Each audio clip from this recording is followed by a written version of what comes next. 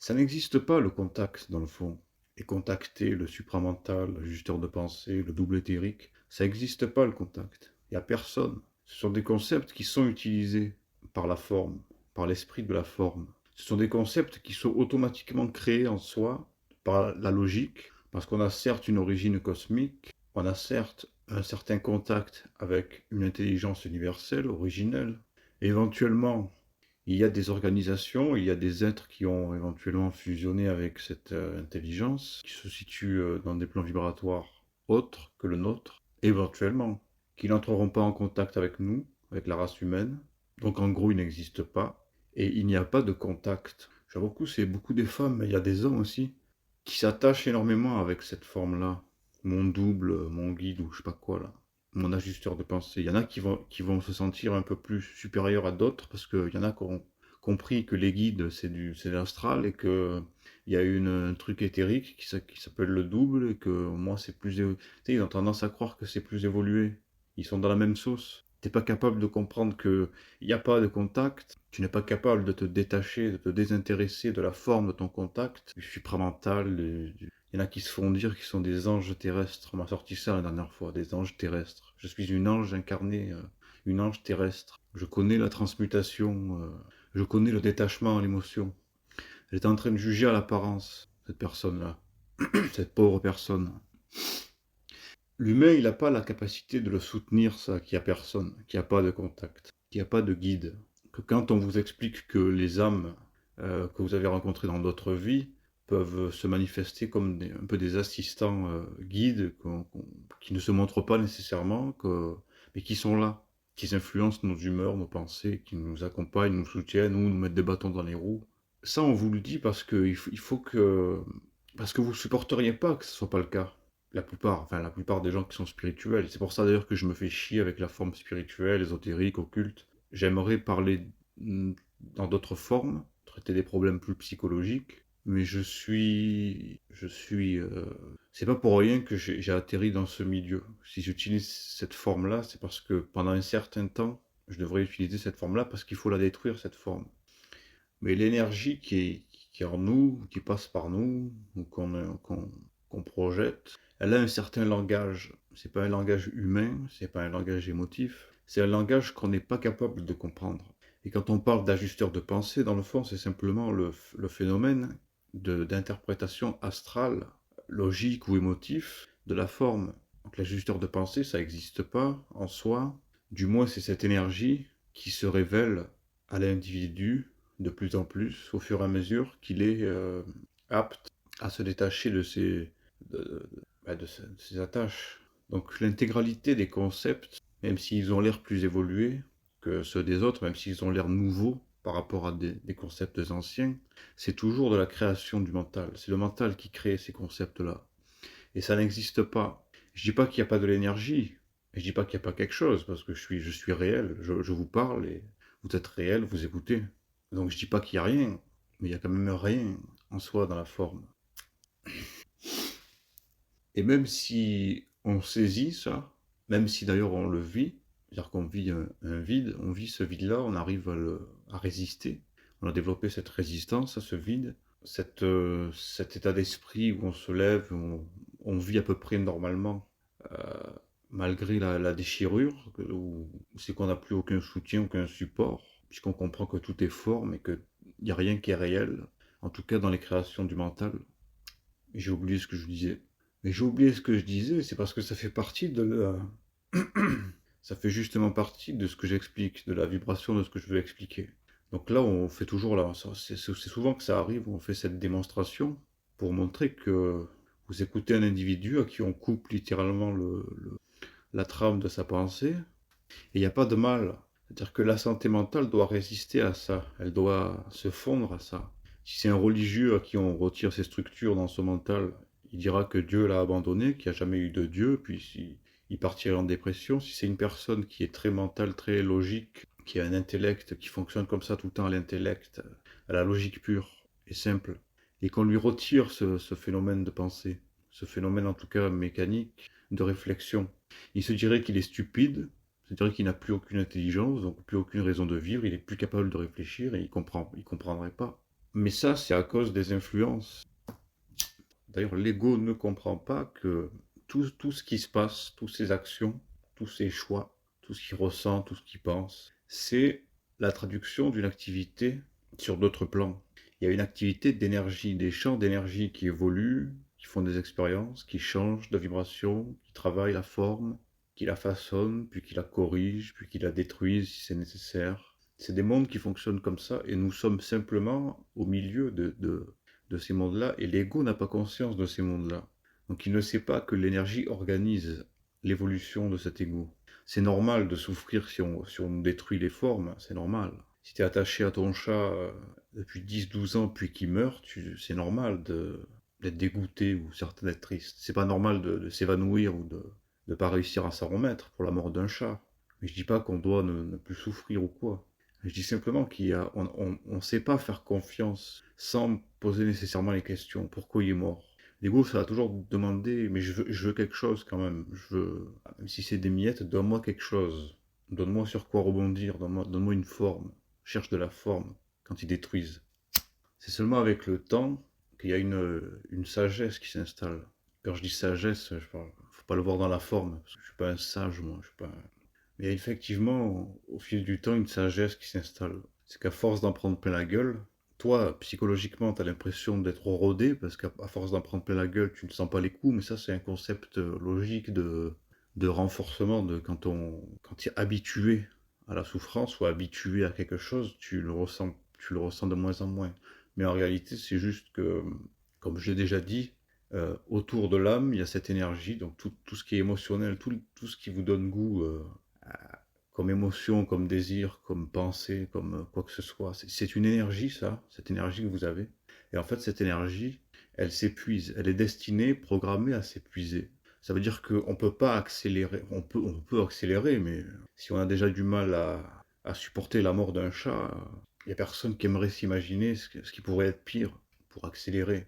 Donc, c'est avec le temps que, avec l'évolution normale, les expériences normales, tout à fait normales de la vie, qui fait que cette énergie qui englobe l'âme, ou qui contient l'âme, ou qui littéralement c'est l'âme qui est dense en énergie, cette énergie tout simplement elle se consume, puis elle libère un peu je vais appeler ça des gaz éthériques, elle libère des gaz de lumière. C'est-à-dire que la matière se consume et il y a la fumée, quoi, les gaz, ce qui se libère du processus de consommation, là, bref. Et donc cette énergie, elle est récupérée, puis elle est gérée par un niveau d'intelligence qu'on possède, mais qu'on ne connaît pas encore, mais on le possède déjà. Et le souci avec ça, c'est que si je dis ça, peut-être ça soulage un petit peu, mais qu'est-ce que va vouloir l'ego quand je dis ça? L'ego va vouloir justement se reposer sur ça, comme si c'était un concept que j'étais en train de raconter. Dans le fond, c'est juste des mots, donc c'est juste une vibration qui passe. C'est pas un concept que j'essaye de vous expliquer pour que vous l'intégriez et que finalement vous vous rajoutez ce support émotionnel, psychologique, cet attachement, parce que vous allez vous attacher à ce concept-là, concept des mots, et l'ego va souvent vouloir communiquer avec ce truc-là. On va dire, ok, ça n'a pas de forme, mais du coup, ben, parle-moi sans forme, tu vas essayer de communiquer avec. Mais il se trouve jamais là où on le regarde, ce contact, ou ce bonhomme, ce fameux guide. Il est invisible, mais quand je dis invisible, il y a des gens qui ont tendance à se convaincre qu'ils peuvent le voir, cet invisible. On ne peut pas le voir, cet invisible. Partout où on regarde, il disparaît, ce bonhomme-là. Et il agit pourtant à travers. Là, je dis ça, c'est vraiment pour que vous compreniez à quel point c'est subtil, à quel point c'est invisible. On n'est pas sur de la philosophie, là, hein. On n'est pas sur de la métaphysique, on n'est pas sur du genre, comment il s'appelle, là, le mec qui parle de métaphysique, là, je ne retiens pas les noms. On n'est pas sur des trucs d'alchimistes, là, où c'est qu'on parle de la langue des oiseaux et tout. Là, on est sur quelque chose de. Il faut bien le comprendre que c'est extrêmement subtil. Donc, il faudrait développer un septième sens. C'est pas qu'il faut. Je corrige. C'est pas qu'il faut développer un septième sens. C'est que ce septième sens que l'on développe, il n'est pas là. Lui non plus, on le voit pas. Et cette énergie, ce double, il est déjà soi-même. Vous êtes déjà ça. Donc vous pouvez regarder où vous voulez. À partir du moment où vous voulez le regarder, vous avez une forme. Donc vous avez de l'ego systématiquement. Je ne vous traite pas d'égoïste ou égocentrique. Quand je dis égo, c'est pas négatif. Mais systématiquement, quand vous allez essayer de capter un message, vous allez essayer de capter une vibration pour vous exprimer, pour penser par rapport à un sujet, ça peut répondre. Mais si ça répond, ce n'est pas l'énergie dans sa forme la plus pure. Vous n'êtes pas en parole créative. Moi, de par ce constat-là, je les vois, les imposteurs. J'ai regardé une vidéo d'une femme, là, d'une Québécoise, une imposteur.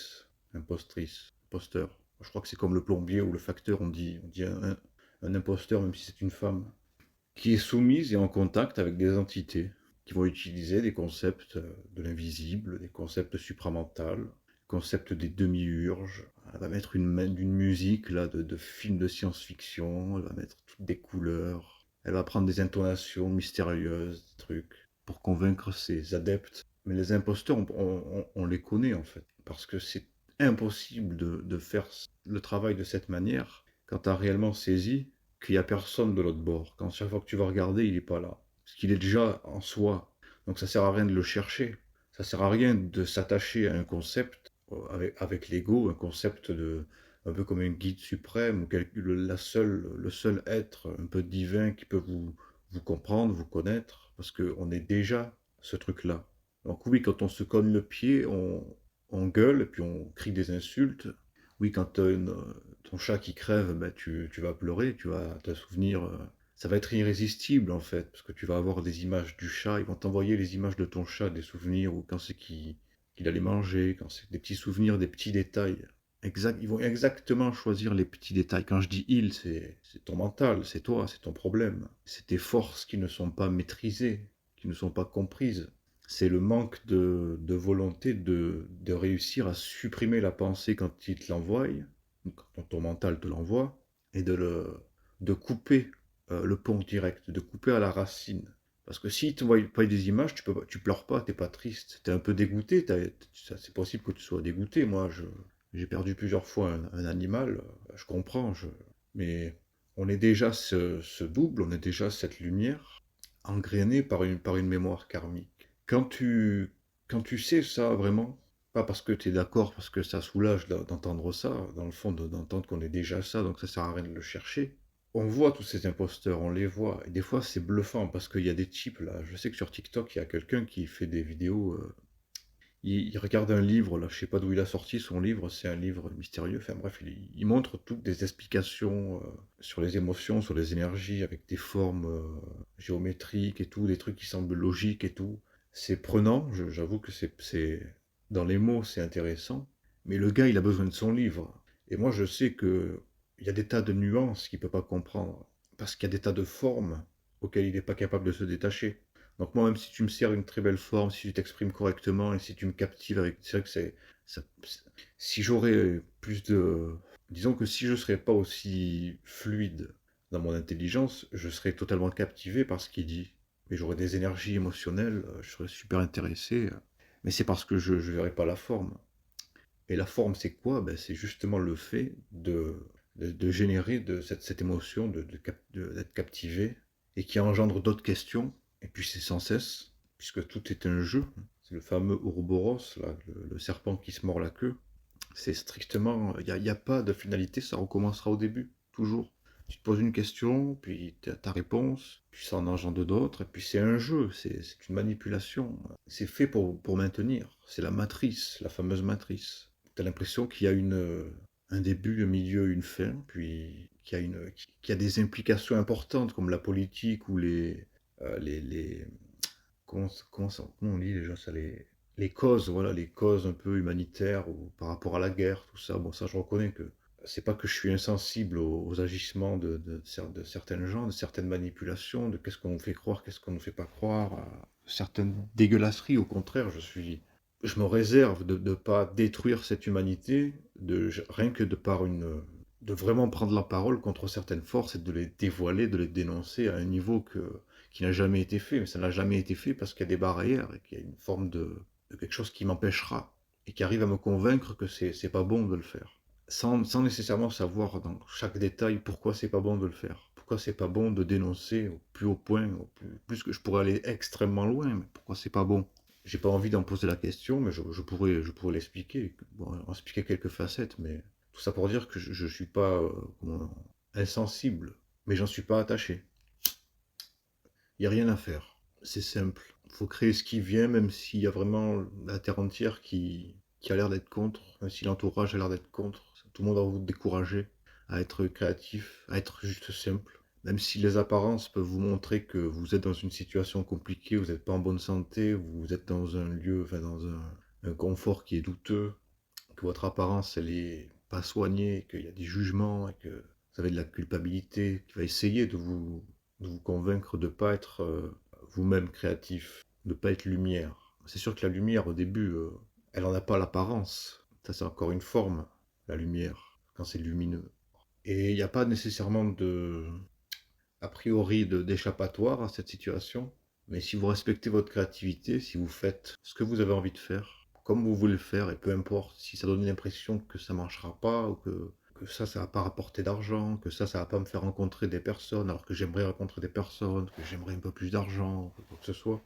Euh, c'est long, ça peut être très long, mais si vous cédez pas, vous vous approcherez peu à peu de comprendre ce que c'est de vivre de manière créative, de vivre de manière libre. Parce qu'au début, c'est bien beau d'être libre. Mais t'es tellement libre que tu as envie de rien faire. T'es tellement libre que tu branles rien et t'es tellement libre que tu es emprisonné dans une inactivité. Donc quand on dit on se croit libre, on l'affirme, mais on s'y approche peu à peu si on cède pas. Si on cède pas au jugement, et si on cède pas à son propre découragement aussi, sa culpabilité. Il faut voir les problèmes où ils sont, il faut les voir tels qu'ils sont. Et même si on est inactif pendant longtemps, malgré qu'on voit les problèmes, qu'on a conscience de ces problèmes, qu'il faudrait que ça soit quand même réglé. Pas parce qu'il le faut par rapport au monde, mais parce qu'il faut au niveau de l'intelligence. L'esprit aime être... l'esprit... Putain, j'ai réussi à faire une vidéo sans dire le mot esprit, et je dis le mot esprit à la fin. Oui, parce que c'est la fin, je le sens là. Mais l'esprit... Bon, bah, ça se comprendra pas, c'est pour ça que ça ralentit. Ça dit l'esprit, ça aime faire ce qui est réel. Ça fait pas ce qu'il veut faire. Au niveau émotif, ça aime faire ce qui est réel. Ça fait ce qui est réel. Mais moi, je comprends pas. On va se laisser là-dessus, on verra la prochaine fois.